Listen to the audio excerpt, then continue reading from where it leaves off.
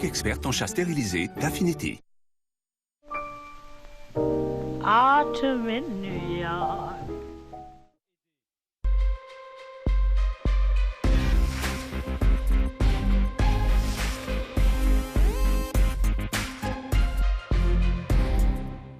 Bonjour à toutes et à tous, bienvenue dans Dimanche en politique, une émission consacrée cette semaine à la crise agricole, ou plutôt les crises.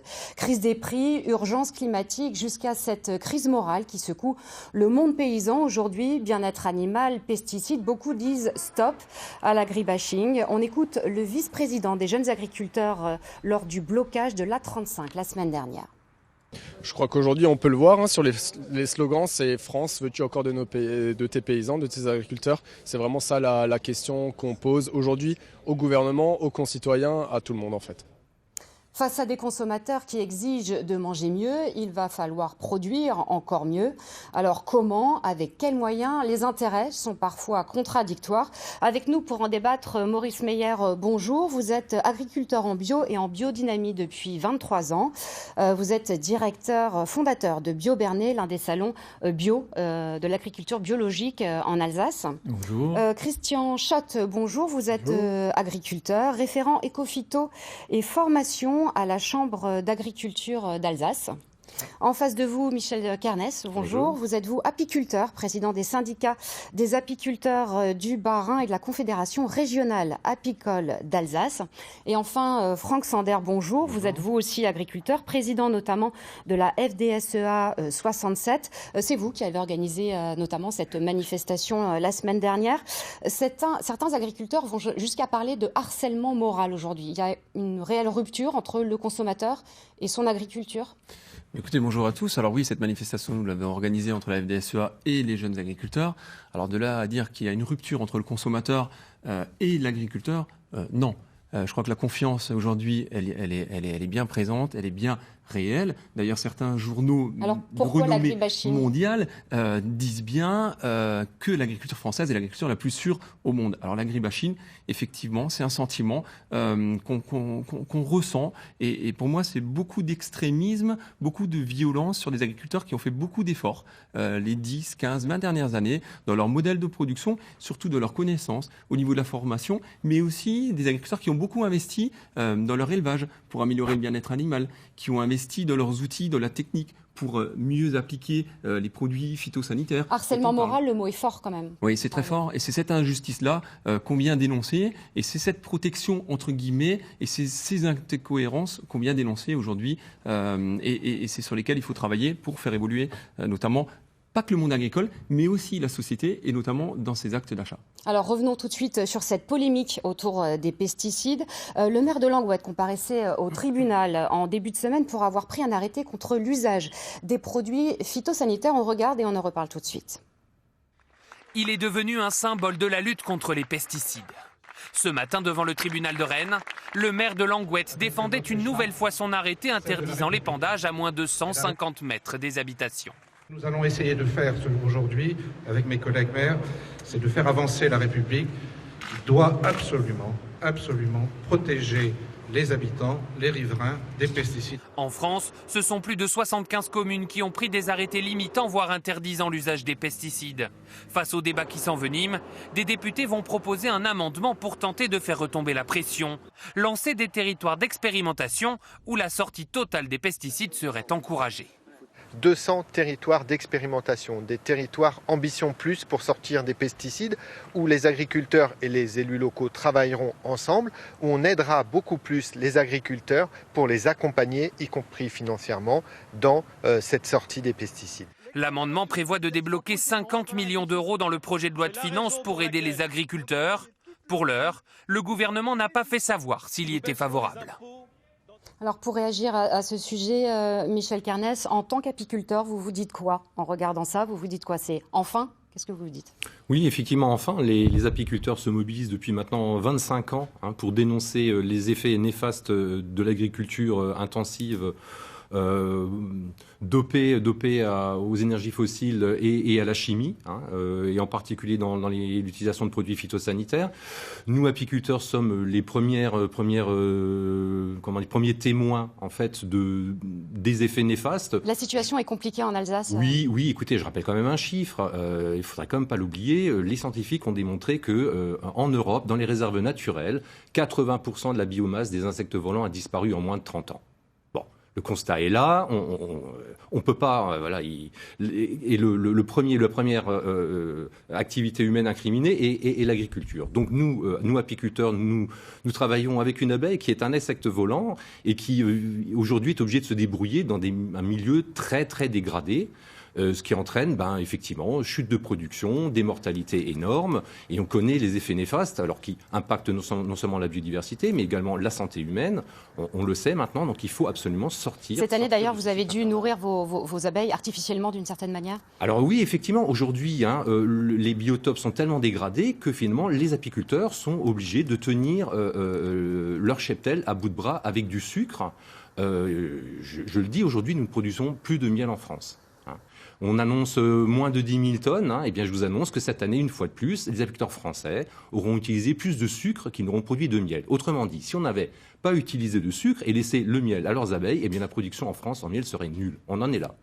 Christian Schott, une réaction par rapport aussi à ce reportage. Là, clairement, c'est l'agriculture conventionnelle qui est pointée du doigt. Évidemment, sur place, les agriculteurs là-bas trouvent ça très injuste. Oui, surtout que, je peux rajouter, M. Carnage, je suis producteur de colza depuis toujours et j'ai des apiculteurs autour de mes champs de colza depuis toujours et on n'a jamais eu de problème à travailler ensemble. C'est-à-dire que l'apiculteur trouve parfaitement son compte humain et moi, je trouve parfaitement mon compte avec la présence des abeilles dans mes champs. Donc, il est parfaitement possible de travailler autrement, c'est ce que vous voulez dire ? Qu'il y ait une cohabitation en travaillant autrement, ça c'est clair. Et d'ailleurs, l'agriculture n'a pas attendu... ce texte de loi pour s'engager dans le changement. Ça fait, moi, à titre personnel, depuis 4 ans, je suis dans la réduction de l'utilisation des produits phytosanitaires.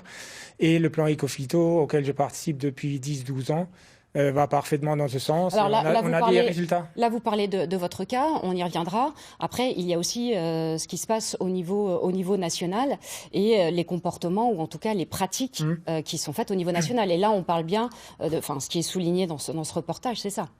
Oui, je suis d'accord. Le problème aussi qu'on a, c'est que l'agriculture a une certaine inertie au changement. Si vous voulez changer, vous devez rallonger vos rotations, plus de cultures, ça prend plus de temps pour avoir dans des essais des résultats par rapport à ces changements. Au lieu de les avoir en 3-4 ans, vous les avez en 6, 7, 8, 10, 12 ans. Et donc le temps politique et le temps agricole ou le temps de la nature ne sont malheureusement pas les mêmes. Et il nous faut juste un peu de temps. On a les premiers résultats, on va les mettre en conseil maintenant sur le terrain. Il nous faut juste un peu de temps pour en avoir le résultat au niveau global, tout simplement. Maurice Meyer, Maurice Meyer, vous êtes agriculteur bio, on l'a dit tout à l'heure. Comment vous voyez ces sujets arriver là ? Est-ce que vous les avez vus arriver ? Est-ce que ça vous étonne ? Est-ce que non ? Étonné, non, ça fait longtemps. En fait, en tant que producteur bio, qu'est-ce qu'on fait ? On s'engage à ne plus utiliser de pesticides. Et donc, c'est un peu extrême. Mais l'avantage, c'est que le consommateur comprend très bien et il peut soutenir ce genre de choses. Et effectivement, ça fait à peu près 100 ans que l'agriculture biologique moderne a été définie. Et donc, il y a de l'histoire. Mais alors, est-ce qu'on engage aujourd'hui une vraie réflexion sur notre manière de produire, de consommer, ou en tout cas, est-ce que c'est le début de quelque chose ? Ces polémiques. Oui, et effectivement, ce que vous disiez, c'est que on peut pas changer le monde en quelques jours, ça c'est clair. Et les choses se sont entamées, donc depuis 4-5 ans, on sent une vraie prise en charge, etc.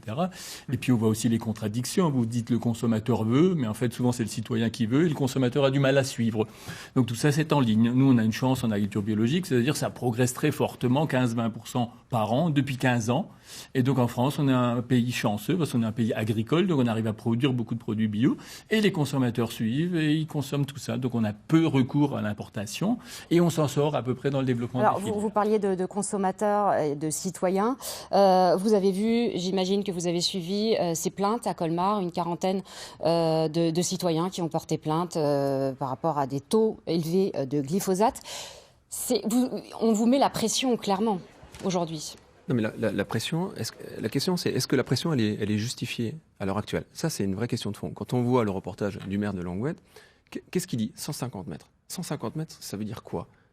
Sur quoi est-ce qu'ils se basent pour affirmer que 150 mètres est une bonne chose? Est-ce que 0 mètre est une bonne chose? Vous voulez dire que les agriculteurs respectent les normes, en tout cas, qui sont en place? Bien sûr, les agriculteurs respectent l'ensemble des normes qu'on leur impose. L'agriculteur utilise des produits qui lui sont homologués pour telle et telle culture, avec des délais de rentrée dans les parcelles, avec des délais avant récolte, etc.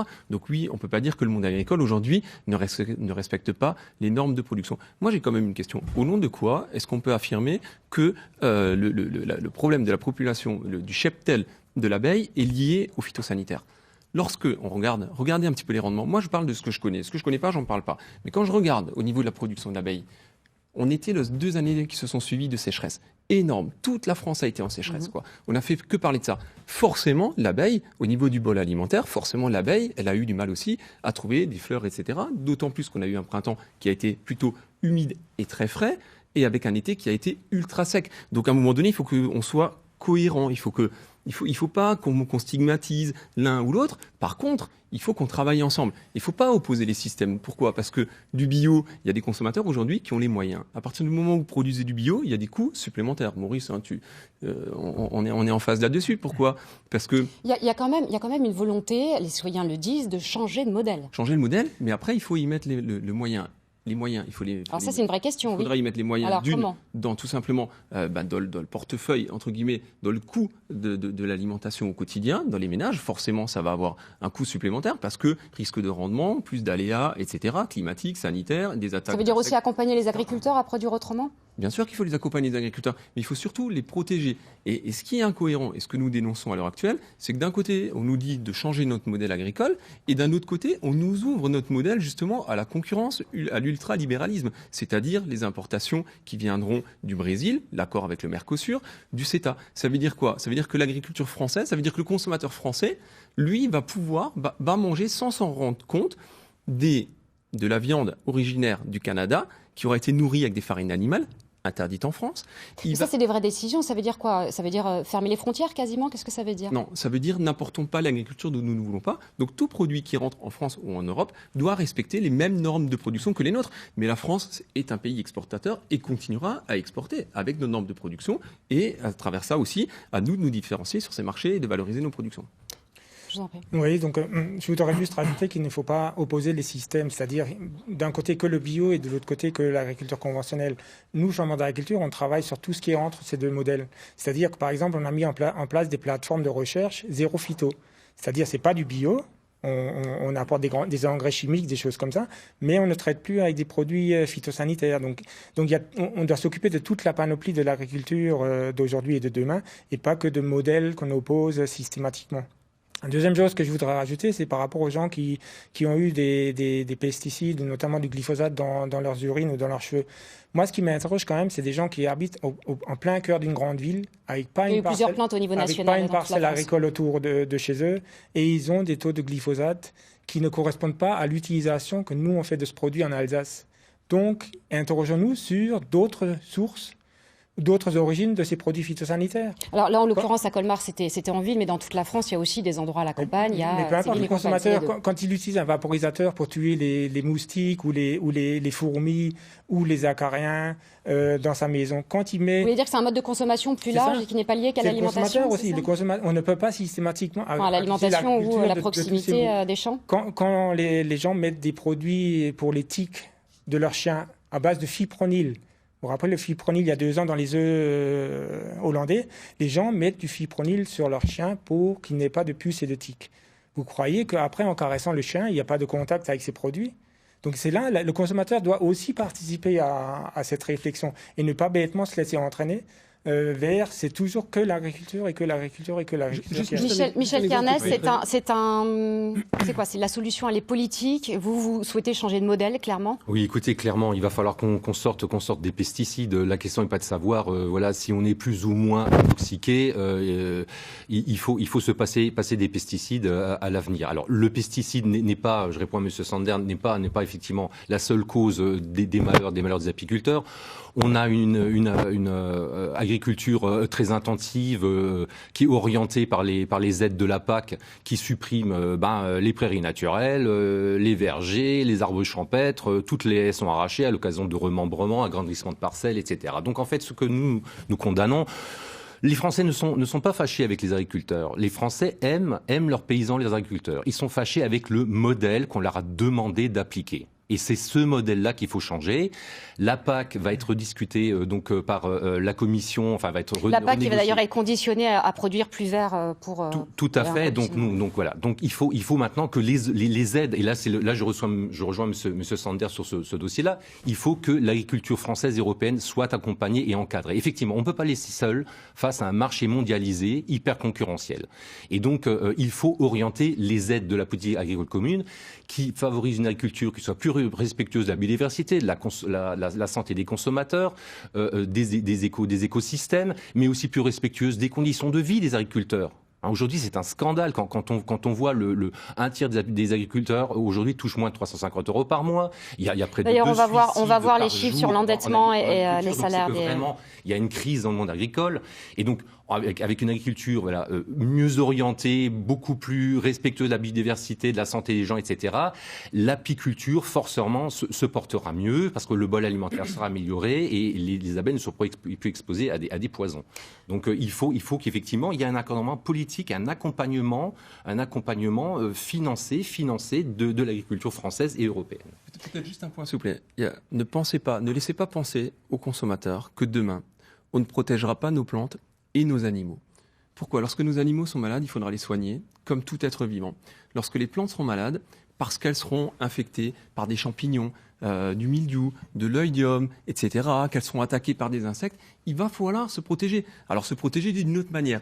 Mais ça c'est important. Et là, je laisserai presque Maurice Meyer de nous le dire. En agriculture biologique, on protège les plantes. Regardez, nous, consommateurs ou producteurs de tomates dans nos jardins, une année humide, un été humide et chaud, il y a des années, au mois d'août, des tomates, il n'y en a plus, lorsqu'elles ne sont pas protégées. Et demain, à l'avenir, on ne pourra pas laisser un pays, tout simplement, en risque de manque d'alimentation, parce qu'on aura décidé de ne pas protéger. Donc oui, il y a aussi l'autonomie alimentaire des pays qui sont en jeu, etc. C'est un débat qui va au-delà, mais toute plante, tout être devra toujours être protégé. Et là, la recherche, le développement, la génétique, les variétés plus résistantes à telle et telle attaque, à tel et tel ravageur, oui, doivent nous aider à faire évoluer le modèle agricole. Mais pour ça, il faut du temps. Oui, mais là, M. Sanders prône en fait une agriculture en fait qui s'appuie sur la science. Donc c'est la théorie du scientisme, quoi, qui érige en fait la science comme pouvant nous sauver, sauver l'humanité. Bien sûr, les médicaments vont sauver l'homme. Oui, il faut revenir. Mais bien sûr, mais je rejette pas la chimie de façon globale. Oui. Mais il y a des applications qui aujourd'hui,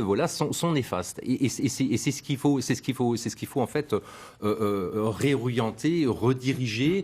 Il faut protéger l'environnement, la santé des personnes.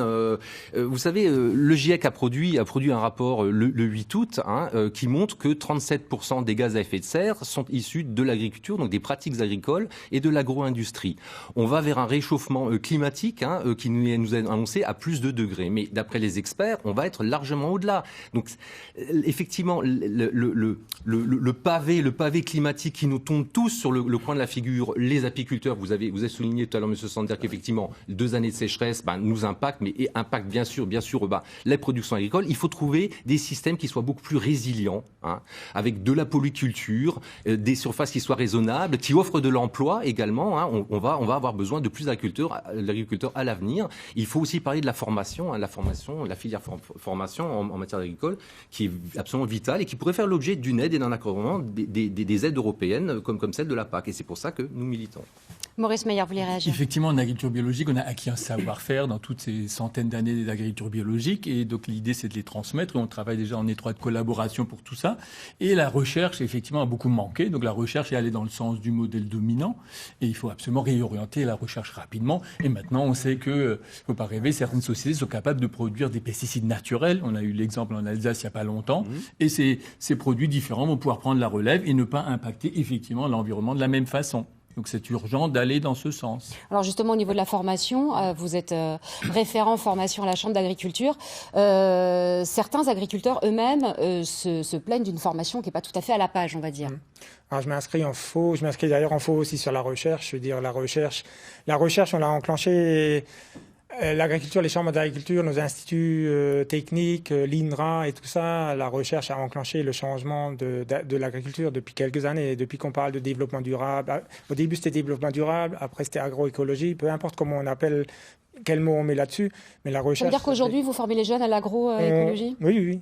Clairement, dans les lycées, on est déjà sur le changement de modèle. D'ailleurs, on a au Bernet une formation sur la biodynamie, quand même. Et on est depuis 25 ans. On est un des premiers lycées, on est les premiers lycées de France à avoir lancé cette formation.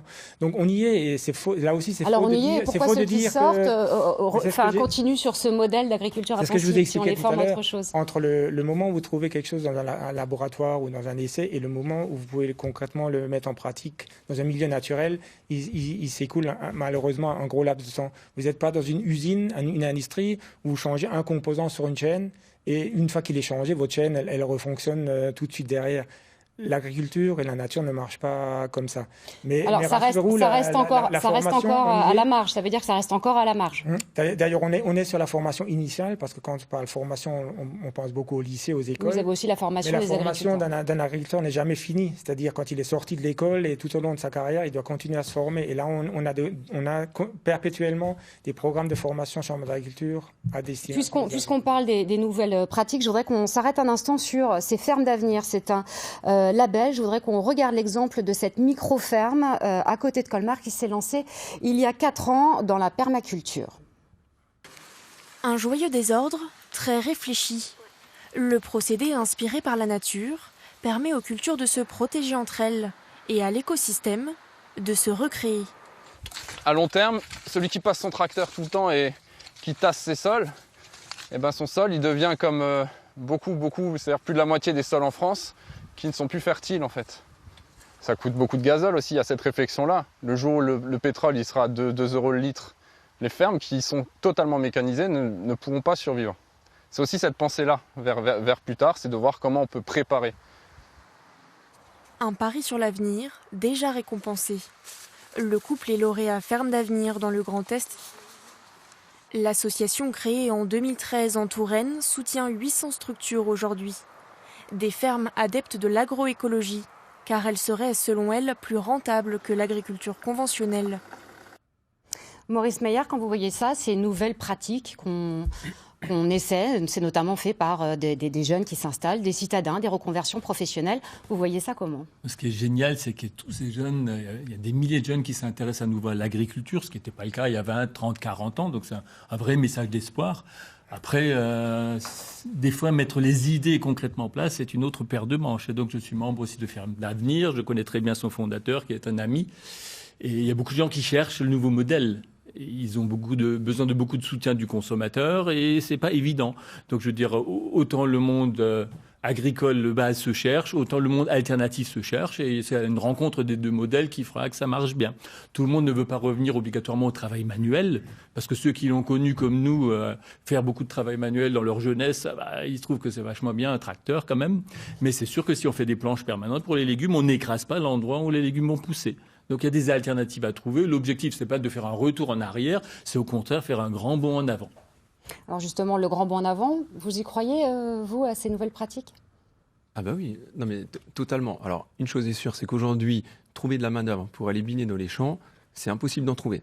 Et surtout pas chez nous, en France ou dans les pays développés. Bon, vous avez un peu plus de surface. Il a juste 1 hectare quand même. Mais Oui, d'accord, mais à un moment donné, il va falloir nourrir la France. Faut pas l'oublier non plus. Donc à partir de là, oui, les raisonnements évoluent, les mentalités évoluent, la technique évolue. Ça veut dire que vous pensez que c'est pas un modèle viable ? C'est ma question. Bah écoutez, je ne sais pas si tout le monde a envie de vivre de cette manière-là, en autarcie, en autonomie, et travailler tous les jours à la main. Je suis pas sûr aujourd'hui. Le monde agricole est comme tout le monde. Il vit dans un univers. Il a envie de vivre comme tout le monde. Il a envie de prendre des vacances comme tout le monde. Et j'aimerais rappeler, aujourd'hui, malheureusement, c'est pas le cas, parce que lorsque vous avez des animaux, lorsque vous avez des astreintes et des contraintes, vous y êtes tous les jours, du matin au soir. Et quand on est agriculteur, il faut une vocation. Et cette vocation-là, on l'a. Et la vocation première, je le rappelle, elle est de nourrir les hommes avec des aliments de qualité. Christian Schott, vous voulez réagir? Je vous entendais souffler. Non, mais c'est ce que je disais tout à l'heure. Il ne faut pas opposer des modèles. C'est un modèle qui est très intéressant. Et si ces jeunes se plaisent et s'éclatent dans ce modèle, c'est très bien pour eux, c'est très bien pour leurs consommateurs. Je veux dire, ça nous pose aucun problème. On a l'impression que vous n'y croyez pas du tout. La chambre d'agriculture, moi je dois m'occuper. Oui, voilà, moi je dois m'occuper de tous les modèles agricoles et de les faire évoluer tous ensemble. Et donc, il n'y a pas de recette miracle pour faire changer les gens. Ce que j'ai appris dans le réseau des fermes de référence Éco-Défi, c'est qu'on a appris à se créer un catalogue de plein de recettes ou d'ingrédients de recettes, et à chaque agriculteur de faire sa tarte ou son gâteau derrière et de piocher dans ses recettes. C'est ça le plus important. Michel Carnès, un dernier mot, Ouais. c'est très rapidement. Oui, écoutez, moi je voudrais quand même annoncer que voilà, les citoyens vont se mobiliser, donc mardi prochain, le 22 octobre à Strasbourg. Voilà, on va faire la fête, on va faire une agro-parade qui va partir à la place de l'université et va finir sa course devant le Parlement européen. Donc c'est une manifestation européenne. Donc voilà, Ça veut dire que ça va dans le sens de ces nouvelles. Effectivement, nous réclamons de ces essais. aux eurodéputés et à la Commission, voilà, nous réclamons une nouvelle PAC, un nouveau modèle de PAC qui réforme en profondeur l'agriculture européenne, qui la protège et qui l'aide dans sa formation, dans son renouveau, vers une nouvelle conquête. Voilà, de reconquête de la biodiversité, de la santé des La négociation de la PAC est en cours. Oui, tout à fait. Puisque vous parlez de manifestation, je vais parler de la vôtre aussi. C'est le lendemain. À chacun sa manifestation, à chacun sa PAC un petit peu, et à chacun son modèle, même s'il y a quelques convergences, on l'a compris. C'est la fin de cette émission. Merci à vous de l'avoir suivi. Merci à vous d'être venus sur ce plateau. Tout de suite, le journal avec Karine Gélébar. Très bon dimanche à tous.